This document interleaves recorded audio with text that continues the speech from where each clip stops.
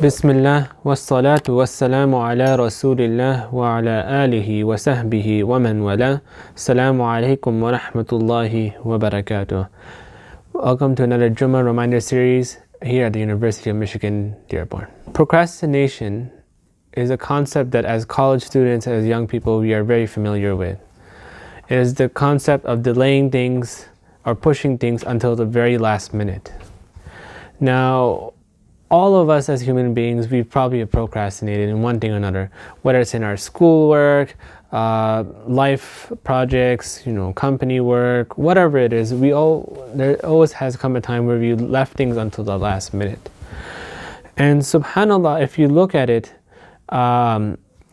procrastination, those who, if you look at the big people with success and everything, CEOs of companies or, activists or, people inspirers and all that, they will tell you that procrastination is one thing they do try to avoid, right? There's a quote, I really love it, that procrastination is the enemy of success. And you see it in these people's lives, right? They'll schedule down every single minute of their day if they have to, just to make sure that they don't leave things until the last minute. And subhanAllah, like I mentioned the quote, right? Procrastination is the enemy of success.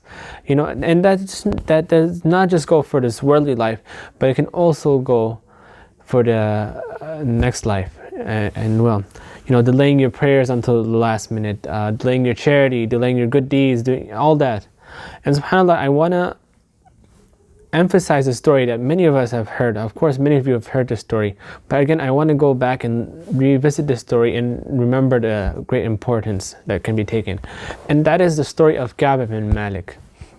Now, Ka'b ibn Malik was a Sahaba during the lifetime of the Prophet Muhammad sallallahu alaihi wasallam. He was a Ansari and he lived in Medina, and he had some farmland and all that. And in the year, he narrates the story himself to his kids. He said it was the 9th year of Hijrah, and it was a year that, at that time, this is the most money I had. I actually had 2 camels, I had actually a lot of land, and 2 camels was a lot back then, obviously.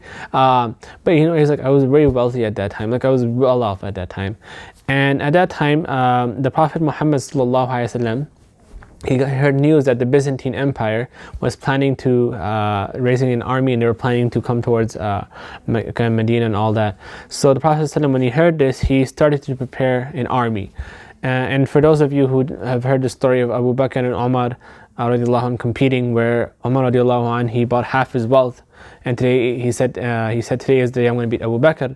And when Abu Bakr came with all of his wealth, even though it was little, Umar radiallahu anh, he realized that day he will not beat Abu Bakr. And of course, there's another famous story of Uthman radiallahu anh. Uthman radiallahu anh was a wealthy man.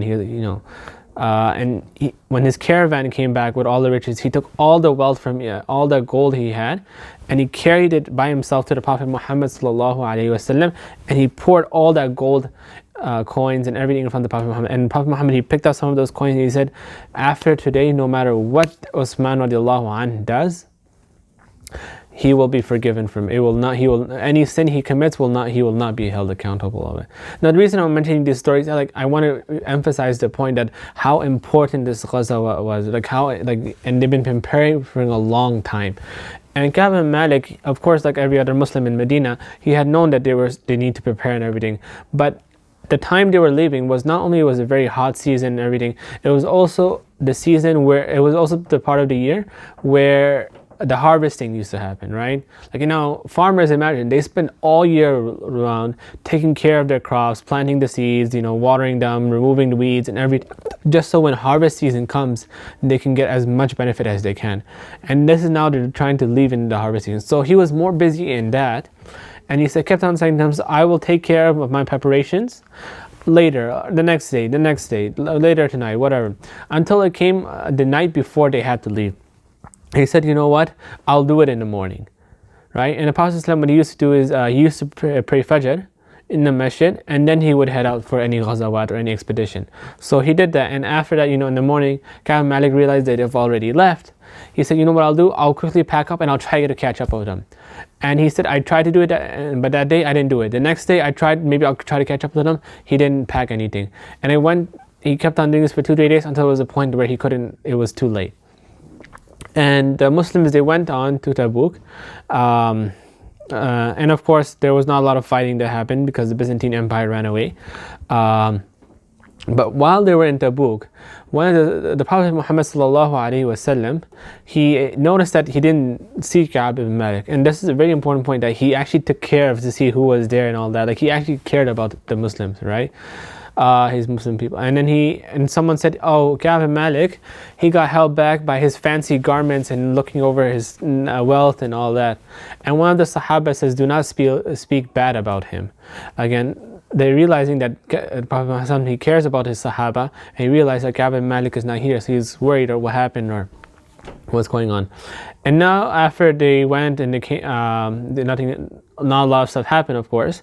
They came back, and Ka'b ibn Malik, now he hears that the Prophet Muhammad sallallahu alaihi wasallam is coming back, and he's like, now what am I going to tell the Prophet Muhammad sallallahu alaihi wasallam, right? Like, you know, what's my excuse? Because Ka'b, when he left in Medina, he walked, the only people left in Medina were either the women and children, people who were excused by Prophet Muhammad or by Allah subhanahu wa ta'ala, i.e. they were too old or too young, or they were sick and all that, like they had the proper excuse, or a known hypocrite. And so Ka'b ibn Malik, he tried to come up with excuses, and he came up with some excuse he's going to tell the Prophet Muhammad sallallahu alaihi wasallam. And the day came when the Prophet sallallahu alaihi wasallam returned, and usually the Prophet Muhammad sallallahu alaihi wasallam, what he would do is he would pray 2 rak'ah, and then he would attend to the people after he returned from a ghazwa. And then so after he prayed his 2 rak'ah in the masjid, the hypocrites, they all came and they gave their fake excuses and everything, and there's reports about 80 people about so. And the Prophet ﷺ, he took their excuses, he didn't ask any questions. He's like, may Allah, leave it in Allah's fear. Like, he's like, okay, that's the excuse, khalas. Ka'b ibn Malik, when he walked in, he could see the facial expression of the Prophet Muhammad ﷺ change, and the Prophet Muhammad told him to come here. He said, where were you? And Ka'b ibn Malik, he had an excuse in his mind and all that. He said, you know, Messenger of Allah, if it was anyone else on this world, I wouldn't have bothered telling the truth. I would have told them my lie or my fake excuse. But he said that I realized that I can say something to you right now and I'll leave you happy, but I will leave Allah subhanahu wa ta'ala angry. But he says, if I tell the truth, you might be angry with me, but at least Allah subhanahu wa ta'ala will be pleased with me. And he said, I do not have any excuse for not going with you. After this, the Prophet said, go, I will let you know what's to do afterwards. And as he was leaving, he asked some of the Sahaba, you know, he started feeling some guilt. He thought maybe I should go back and give the excuse. But after talking to the Sahaba, he found out there were 2 other Sahabas who were also admitted that they didn't have any excuse on why they didn't go. And he said these 2 people were the people of Badr. So he said, if they can admit it, then I can admit it too.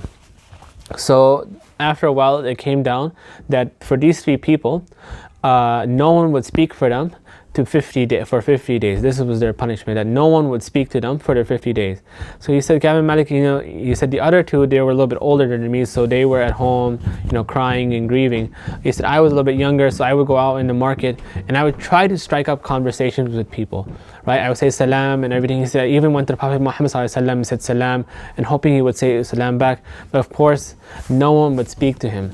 He said, at one point I got so desperate that I climbed the gate of my cousin's house, my favorite cousin, and I tried to talk to him, and I tried to like, please talk to me, but he would not speak to me. And he said, Allah and his messenger know best. He was also tested another time where he was in the market, and a Christian farmer came. He said, I'm looking for Ka'b ibn Malik. And someone pointed him towards Ka'b, and then he said, I have this letter for you. And when Ka'b ibn Malik, he read the letter, it was a letter from a nearby Christian tribe. We've heard that you're being what you're going through and everything. Come to us, join our tribe, and we will take care of you. But Ka'b ibn Malik, realizing that this was another test from Allah subhanahu wa ta'ala, he took that letter and he burnt it. After 40 days, the Prophet ﷺ instructed that they should separate from their families and their wives for the next 10 days. And one of the three people who was boycotted against in a way. His wife came to the Prophet Muhammad saying, you know, he's a little bit older and we don't have any servants. Can I take care of him? The Prophet said, for you can take care of him, inshallah. And Ka'b bin Malik's family is like, you know, why don't you ask for the same, you know, if your wife can stay with you at least or something like that. He said, no, I'm gonna stay patient. And he said to Ka'b bin Malik, I stayed like this for another 10 days. And on the 50th day, I was praying Fajr at my home. And I was praying, you know, after Fajr I was sitting there waiting for the sunrise and everything. And when the sun rose, I heard someone calling, oh Ka'b bin Malik, oh so-and-so and so-and-so, the other two people. Rejoice because Allah subhanahu wa ta'ala has decreed that He has forgiven you. When Ka'b bin Malik, he heard this, he got so happy, he went down in sujood and everything. And as he was finishing up, another Sahaba, he came running towards Ka'b bin Malik to deliver to him the good news. He wanted to be the first person to deliver. Of course, Ka'b, even though he heard the person yelling, he was so happy about this person that he took off the clothes he had and he gifted it to the Sahaba who came all the way. And he said, I didn't have any other clothes, so I had to borrow some. And I went to the masjid. And while I was going to the masjid, people were congratulating me, like, rejoice, you've been forgiven. Alhamdulillah, it was such a celebratory day. And he said, when I arrived into the masjid, Talha bin Ubaidullah, he came up to me, shook my hand, he's like, congratulations, he's the first one, the only one to stand up and to do that. He said, I will never forget that. And then he sat down in front of the Prophet Muhammad sallallahu alaihi wasallam, and he said, Ya Ka'b, rejoice. This day is greater, even greater than the day that your mother gave birth to you. And Ka'b bin Malik, he was so happy, and he asked, of course, he asked the Prophet Muhammad sallallahu alaihi wasallam that do you forgive me or Allah forgave me? He said, Allah has forgiven you. And of course, that means He has also forgiven him. And Ka'b bin Malik, he said, as an homage to this day and everything and being forgiven, I want to donate all my wealth. Prophet said, keep some of your wealth. So he said, I'll keep some portion of it and the rest I will donate. Now, of course, the moral of the story was, even though, yes, he was forgiven, alhamdulillah, and it made him realize, had he not procrastinated, he would have not missed out on the blessed reward from the Ghazwa, and you would not have went to go through all this. So my whole idea is, like, especially like I'm going to talk to the students, right, is that, you know, homework and question, you know, papers and everything, try not to procrastinate, right? Some tips we can give you, like, first of all, rather than doing all your homework at one time, break it up into pieces, right? One thing some people have found, instead of, like, let's say you have an assignment due next week, maybe do some questions one day, do some next day, you know, try to break it apart so that way you don't feel overwhelmed. Second thing, try to create a schedule for you, right? I know it's cliche and all that and it's boring, but once you write that, schedule and you follow it through, it makes your life so much easier. And another thing, just to go off that, one thing, like, some people have also found, like, every morning, just do this much. Like, every morning when you get up, think about what you need to do today, what's coming up, and plan out your day right then and there, right? You just do that at least. Plan it out, try to work and try to achieve those goals, inshallah. And do not procrastinate. أقول قولي هذا واستغفر الله لي ولكم ولسائر المسلمين فاستغفروا إنه الغفور الرحيم. السلام عليكم ورحمة الله وبركاته.